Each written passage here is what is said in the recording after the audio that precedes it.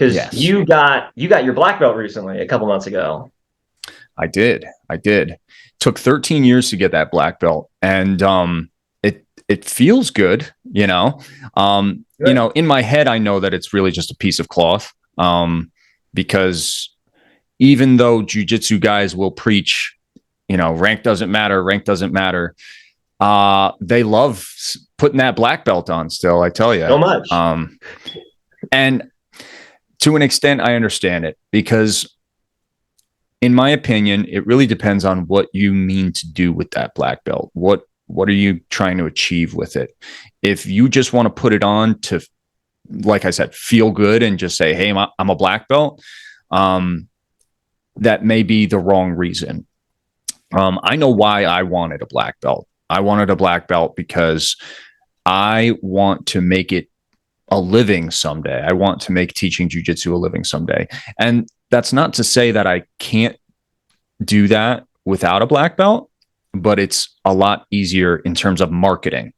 If you can market Yes. yourself as a black belt, you can bring in more business. And if you can bring in more business, you stand a good chance of being able to make a living out of it. So that was the main reason. And then, I started a YouTube channel. So I was like, well, it'd be cool to say I'm a black belt. So it's still from the marketing standpoint of things. I do have one other reason why I think rank is at least a little bit important.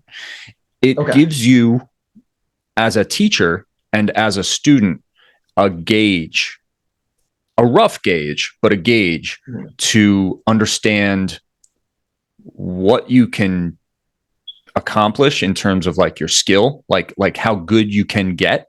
And also as a teacher, it gives you a gauge of like, what should I be teaching today? What is appropriate for this group of people? When you're just staring You just out look at at a the various bunch of, belt colors in the room.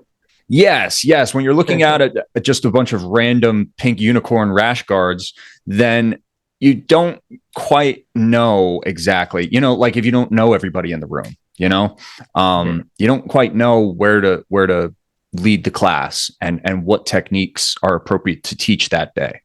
Whereas, having taught many jujitsu classes at this stage in my life, it makes teaching a lot easier. I'm not going to teach Barambolos to a bunch of white belts. I'm not going to See, why not though? make That's their brains fun in my mind. explode. It's not that it can't be done. It's just Hmm. how much patience do I have today, I suppose. But Mhm.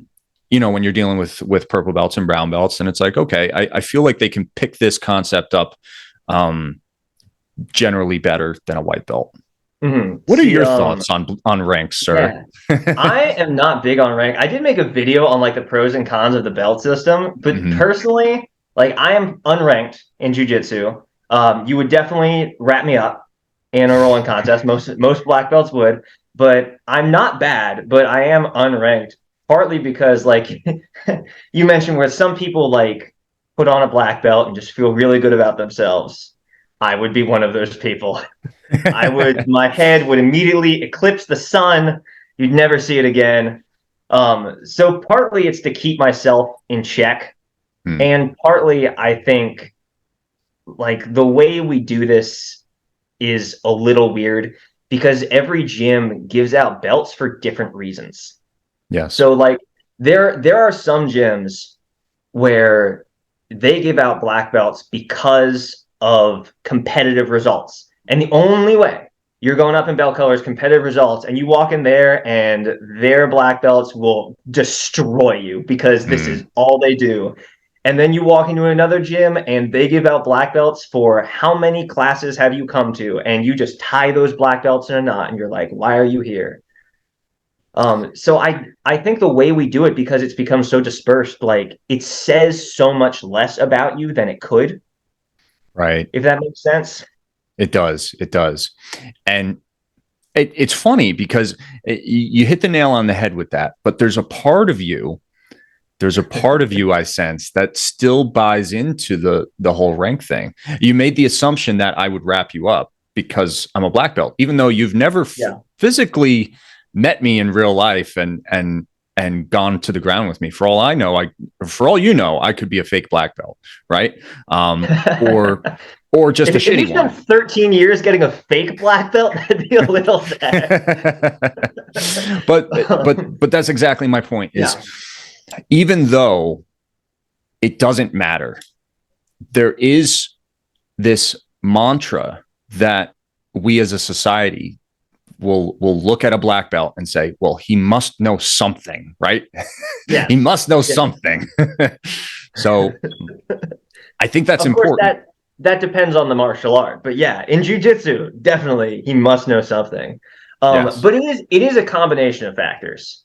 Because like you would wrap me up if I looked at you and you were very visibly a 90-year-old man, I would have a different opinion on this. Like it's because I know approximately your height and weight. I can see approximately your age, and then I combine that with the information of the black belt. And I'm like, if I run him over, he should feel bad.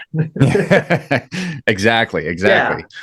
In my experience, your rank should indicate at least one thing across the board. And this may even be the same with other martial arts such as Taekwondo or karate, but I don't have enough experience doing that to say for sure. But I think rank should certainly indicate time spent. It should indicate time spent, because even though it takes less time to get black belts in other martial arts, you still have to spend a considerable amount of time to get it. I have several Taekwondo black belt friends that said it took them 4 or 5 years to get it. I have some karate black belt friends that said it took them about the same time, which is not nothing, right? It's not nothing. I know some 9-year-olds that got it in 6 months, but you know, see, I don't know enough about that. So I don't know personally. I don't know any 6-year-old black belts. That's a common dojos, but they exist. Yeah, it's a common joke that we use. But if we're talking about like legit martial arts schools, and we can argue about what makes a school legitimate, but if we're talking about a mutually agreed upon legit school, your black belts, even if they don't do well in competition, they should have a lot of time and experience on the mats in the school training. And a lot of times time will make you better. So that's why skill and time can go hand in hand. They don't always do, but they can. Yeah, but that's why like I think time spent is one of the worst ways to give belts, just because people learn at such drastically different rates. Like you'll have people come in that are just phenomenal athletes and know zero jiu-jitsu, and in 6 months they will be a threat to every black belt in that room. And then you'll have people in there for 10 to 15 years that still suck. Yes. Yeah. And that's the thing. Like people learn at such different rates, and people have such different levels of athleticism that time spent should reflect like a certain amount of knowledge or skill. But that bar is so wide that like, and even time spent is really hard to calculate.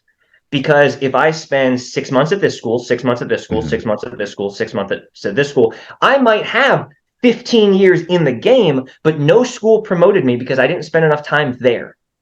And I've seen that with a lot of different people. Yeah. And that's true. You'll get that happen. And like, for example, I started martial arts 11 years ago. I've not been doing it for 11 years. I've been like taking lessons from other people for like 2.5-ish years. But then I was also in MMA club at college, but I was one of the grappling instructors because we didn't have any good grapplers there. So like I got practice there, but I wasn't being taught by someone else. So like, by what number are we counting this? Right. Yeah. It's extremely eclectic in that sense, with like how you're getting instruction, if you're receiving instruction at all. Experience is not equal across the board. Yeah, most of my martial arts stuff is self-directed. Even now, actually taking lessons at place, I am using none of the moves they're actually showing me in class. I'm picking the moves that I want to practice and just doing those. It's still self-directed training. So just like how quickly someone gets good is so freaking variable that I think like and everyone will have problems with this, but I think the simplest way to judge it by belt color, and the way that if you look at a belt color, it will tell you the absolute most, is by how well you roll. Yeah.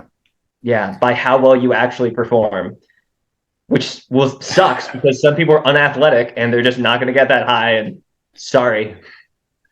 I agree with you in many ways. But Yeah. there's another factor too to consider. It's how much knowledge of fighting do you have? I think that's important too. It's not always important in the context of applying it. And what I mean by that is, I'll share an example. So there's one or two really, really good, really athletic, and really competitive purple belts that I train with regularly. And they don't always submit me, but they'll usually throw me around a little bit and put me to work. You know what I mean? If this was a points based match, they would beat me on points almost every roll. Yeah. But they're using techniques that are, one, the meta of the sport right now, and two, are stylistically hard for me personally to deal with. So they're min-maxing their training. Right. Yeah. But if I ask them a question about like, hey, do you know how to do this technique in this scenario? They'll tell you, I've never done that in my life. Now, is that because it's a garbage technique that they're throwing out, or is it something that they just haven't come across yet and been able to incorporate into their game because of lack of experience, or just lack of knowledge? So I'm agreeing with you. Rolling is like probably the most important thing. Being able to apply your skill is the most important thing. But having enough time into the sport as well is important to gather your resources and improve your chances of winning. And there's actually, because I made a video on the belt system, and some people in the comments and me started coming up with some alternative systems for deciding belt rank. And I want to run some by you just to find like the most fun one. Okay. One of them is, of course, just like entirely judging it by performance. And one of them is you don't have like set belts. You collect like specific patches for specific skills, not specific moves, but like specific experience and things, almost like the Boy Scouts kind of deal. Because that way you can almost spec into your own skill tree. So if you want to be a great competitor, you start getting like patches for competition success. And if you want to be really good at coaching and cornering, you start cornering some people in matches, you start teaching some classes, you get patches for that. If you want to be a walking encyclopedia of moves, because some people like that, you get tested on that, of how many moves can you perform, how many moves can you properly apply, kind of deal. You get patches for that. So it's a much more complicated so system, interesting. But like you can get those sewn into your gi kind of deal. And that way you look around the room, you think, oh, I want to get good at competition. Who's got the highest competition patches on? I'll ask them the question.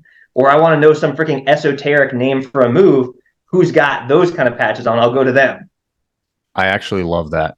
If we can find a way to implement that, we need to do it immediately. I know. I like that one. So another idea for the belt system is to have a limited amount of each belt color in the world, and you have to like take it from another person by winning them, just like championship belts. So you have to become a black belt by beating a black belt. And then they lose the belt, you gain the belt. So eventually, like, you just, once you're old, you just introduce yourself as a former black belt. And your belt can expire after a certain amount of time if you haven't been active or doing things or rolling in like 2 years or something. You don't have that belt anymore. It gets thrown back into the pool. There's things I like about that idea, and then there's a lot of things that I don't. What I think would be more interesting is kind of a smaller scale test of that. So if we did it for just a single school, which I think would create a bit of a toxic gym culture. But man, it would be fascinating to see that play out in a I microcosm need like a some gym. school to test that on a small scale and give us feedback. Like some already super results oriented, do or die school, like do that because you're practically culturally there anyway. And then like tell us how that goes because it's a really fun idea and I want to know. Yeah, yeah. And I don't think anybody would be crazy enough to do it, unfortunately, because of, Yeah, martial arts schools being a business and whatnot. which I hate. Like I get that martial arts schools are a business, but also the whole like we have to make money thing ruins all of my fun ideas. They just fall out the window immediately. Yes, yes. This is the unfortunate truth. Um, Because also like if you do that idea for the belt system, people are constantly like flying in and out of ranks. Like they're moving up and down, which also might break this over reliance that martial arts has on trusting people with a certain belt color, if that makes sense. Because it, yeah, yeah, you've commented that black belts that say rank doesn't matter, right? I have. Yeah. Well, that brings me to the original point is that you have these black belts saying this, and yet the irony is they are wearing a black belt as they say it. And and maybe that's the whole point is that you need some kind of rank for people to actually listen to you. Yeah. Now that isn't always the case. I have taken lessons from white belts. I've taken some moves from white belts, not like stolen, but like they've showed me moves before that I didn't know existed. Now, to be fair, those white belts, they had experience with some other things, but I think the buggy choke was created by a white belt. And now, yeah, and now it makes perfect sense, right? It's such a bizarre move, but it's something that actually works and that high level competitive black belts are utilizing now consistently. And that's the paradox is that you want to be able to show people that, hey, it's more about what you can do on the mat than what your rank says, but nobody's going to listen to you until you've achieved that rank. So Yeah. we've got to find some way around that. Yeah, because you do have the irony. It's like if that black belt really believed the belts didn't matter, why'd they get the black belt? Why'd Exactly. they put that much time in? But that's one of the other reasons that I did not bother like getting belts, and I'm just going to be forever unranked. Because I had a point in college where I thought about like, oh, I could get ranked, I could work really hard, and I could like teach martial arts and open a school kind of deal. And then I decided not to because it's just really hard to make money that way. It is. But then yeah, but then I got to the point where I started putting out YouTube videos, and I realized like I never got any qualifications in anything. So, and I thought like I could try and go get qualifications, which will take several years, or I can just try and prime my audience to be like, listen to my argument and not my belt color. Because Which that's a problem. it's possible to do. It's just harder. It's a Yes. lot harder. Yes, it's harder. I think I'm getting it done, but it is tricky. Because the problem is like as soon as I jump on that tree, as soon as I decide to get a rank, well, I'm unranked now. So if I get a rank in jiu-jitsu, it's gonna be blue belt or even working on stripes on my white belt. And as soon as when I'm unranked, you don't know how good I am. You have no idea. Mm, But as soon as I have a blue belt, people tune me out because like, oh, he's just a blue belt. right. Unless you're, let's call it a semi rank or a lower rank across many different things. Now there's a little bit more merit on paper because you have experience being drawn from multiple different places. So you're going to have an interesting take just by virtue of Yeah. the diversity. That's true, but like getting, medium rank in a bunch of different martial arts takes just as much time as getting a really high rank in one. You didn't save yourself anything. That's fair. That's Yeah. fair. Unless you're just double dipping and you're just spending, 30 hours a week going to 12 different lessons. But who has that kind of time and willpower? And perhaps that's what builds the incentive to get a fake rank, you know? Yeah. Now, to be fair, I've never known like a legit martial artist like that was really good that got their rank illegitimately. But I think it's safe to say, no matter what we agree or disagree upon, the rank system as it is right now is at best flawed and at worst completely broken. Yeah. But like, to be fair, the ranks can mean different things. And everyone knows that. Like, if you ask them about it, like, is someone smart just because they're a black belt? They'll tell you no. But then, like, when they're put in the moment of, like, who am I going to ask the question to? Like, oh, I want to be able to do a good triangle. I've seen this blue belt tap people with triangles 130 times in here. And then there's a black belt. And then they ask the black belt.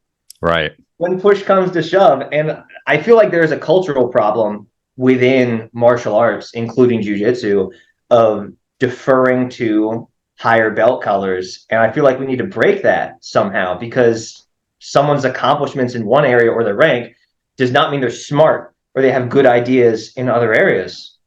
Because like Lucas Lepre, in real life, I talked to Lucas Lepre, who's a world champion, just phenomenal record in jiu-jitsu. And he told me that you need to train gi to work on your grip strength and no gi, which is not true. It's simply not. It's not true. And everyone knows it's not true. But who am I going to believe? Like, the collective wisdom of everyone that's ever experimented with it? Or this world champion who's also really biased towards gi? Right. And there's some that would heavily criticize you for questioning him.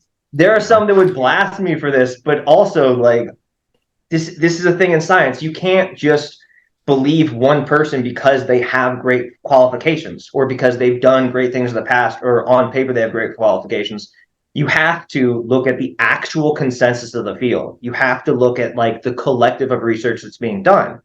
Because, if you have 150 well-crafted studies saying one thing, and then you've got Neil deGrasse Tyson saying, oh, going into a black hole would actually take you to Candyland. He's freaking wrong.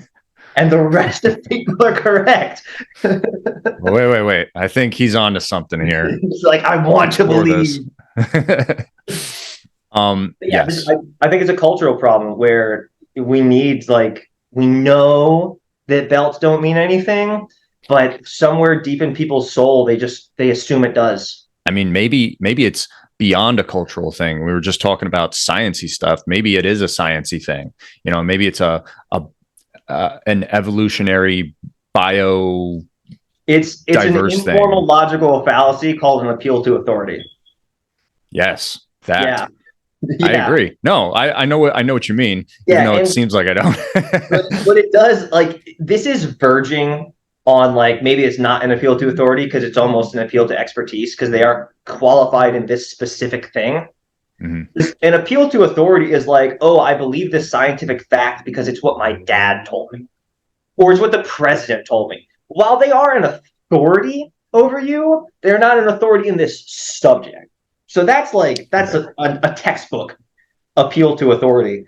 But I feel like it still does apply in expertise because there are so many subcategories of expertise, and there are people that legitimately have an expertise in this subject, and what they're saying is also just absolutely insane. Like, there are PhDs in economics that believe in communism.